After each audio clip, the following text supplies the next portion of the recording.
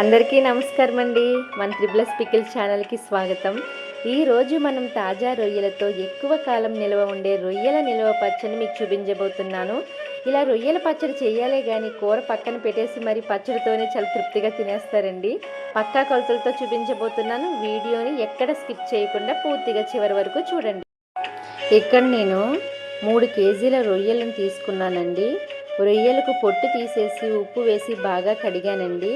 ఇప్పుడు నేను పసుపు ఉప్పు వేసి కలుపుతున్నానండి. ఇక్కడ నేను 3 కేజీల రొయ్యలకు పొట్టు తీసి కడిగేసరికి నాకు 2 కేజీల 180 గ్రాములు వచ్చాయండి. ఇలా కలిపి పెట్టుకున్న రొయ్యలను ఒక అరగంట అయినా పక్కన పెట్టుకోవాలండి. అరగంట తర్వాత మనం పసుపు ఉప్పు కలిపిన రొయ్యలను పొయ్యి మీద ఉడికించుకుందామండి. చూడండి, మనకి రొయ్యలు ఉడికే కొలది నీళ్ళు అనేవి ఊరుతూ ఉంటాయండి. మనం ఇందులో వచ్చే నీళ్ళన్నీ ఎగిరిపోయే వరకు మధ్య మధ్యలో కలుపుతూ ఉడికించుకోవాలండి. చూడండి, కాసేపటికి రొయ్యల్లో ఉన్న నీరంతా ఎగిరిపోయి రొయ్యలు మాత్రమే ఉంటాయండి. చూడండి, మనకి రొయ్య కూడా చాలా బాగా ఉడికిందండి. ఇప్పుడు ఈ రొయ్యలను మనం ఒక గిన్నెలో వేసుకుని పక్కన పెట్టుకుందామండి. ఇక్కడ నేను పల్లీ నూనె మాత్రమే వాడుతున్నానండి. ఈ పల్లీ నూనె వల్ల పచ్చళ్ళు ఎక్కువ కాలం నిల్వ ఉంటాయండి. అయితే నేను 2 కేజీల రొయ్యలకు గాను 800 ml ఆయిల్ తీసుకున్నానండి. చూడండి, నూనె వేడయ్యాక మనం ఉడికించి పెట్టుకున్న రొయ్యలను సగం సగంగా వేసుకోవాలండి. మొత్తం అన్నీ ఒకేసారి వేసుకోకూడదు. ఇలా సగం వేసుకోవడం వల్ల రొయ్య అనేది బాగా ఫ్రై అవుతుందండి.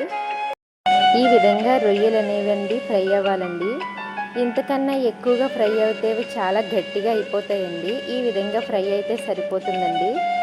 బాగా కాగి ఉన్న నూనెలోనే 6 టీ స్పూన్ల అల్లం వెల్లుల్లి పేస్ట్ తీసుకోవాలండి. అల్లం వెల్లుల్లి పేస్ట్ ఫ్రిడ్జ్లో పెట్టినది కాకుండా చాలా తాజాగా ఉండేది తీసుకోండి. దానివల్ల పచ్చడికి చాలా టేస్ట్ అనేది వస్తుంది. అల్లం వెల్లుల్లి పేస్ట్ని పచ్చివాసన పోయేంత వరకు వేపుకున్న తర్వాత ఒక 4 రెమ్మలు కరివేపాకు వేయాలండి. ఈ కరివేపాకు వల్ల పచ్చడికి మరింత టేస్ట్ పెరుగుతుందండి. ఇక్కడ నేను 10 నిమ్మకాయలను తీసుకున్నానండి. నిమ్మకాయని కట్ చేసి రసం తీసుకుంటున్నాను. ఇప్పుడు మనం మసాలా పొడిని రెడీ చేసుకుందామండి. నేను మీకు దీనికి సంబంధించినవన్నీ కూడా డిస్క్రిప్షన్లో ఇస్తానండి. చూడండి, పచ్చడికి కావలసిన ఇంగ్రీడియంట్స్ ఏంటో చూద్దామండి. కారం, మసాలా పొడి, ఉప్పు, నిమ్మరసం, వెల్లుల్లి, ఆవపిండి. నూనె కొంచెం వేడి తగ్గిన తర్వాత గోరువెచ్చగా ఉన్నప్పుడు ఉప్పు 30 గ్రాములండి. కారం అండి, కారం వచ్చేసి 70 గ్రాములండి. ఇదంతా ఉప్పు కారం బాగా కలిసేలాగా ఒకసారి నూనెలో కలుపుకోవాలండి. ఈ విధంగా మొత్తం కలుపుకోవాలండి. తర్వాత మసాలా పొడి వేసుకోవాలండి. వేసుకున్న తర్వాత బాగా కలుపుకోవాలి.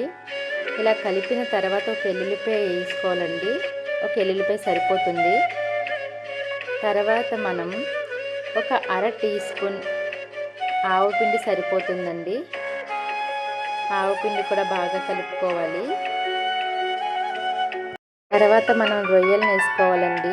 ఈ రొయ్యలు మసాలా అంతటికి పట్టేలాగా మొత్తం అంతా బాగా కలుపుకోవాలండి.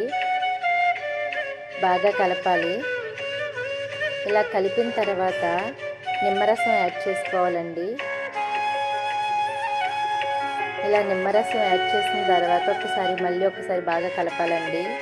చూడండి, మన పచ్చడి అయితే రెడీ అయ్యిందండి. ఈ పచ్చడి కనుక మీకు నచ్చినట్లయితే నా ఛానల్ని సబ్స్క్రైబ్ చేయడం మాత్రం మర్చిపోకండి. ఈ రెసిపీని ఒక్కసారి ట్రై చేయండి. నాకు మీరు ట్రై చేసినట్లయితే కామెంట్లో ఎలా ఉందో చెప్పండి.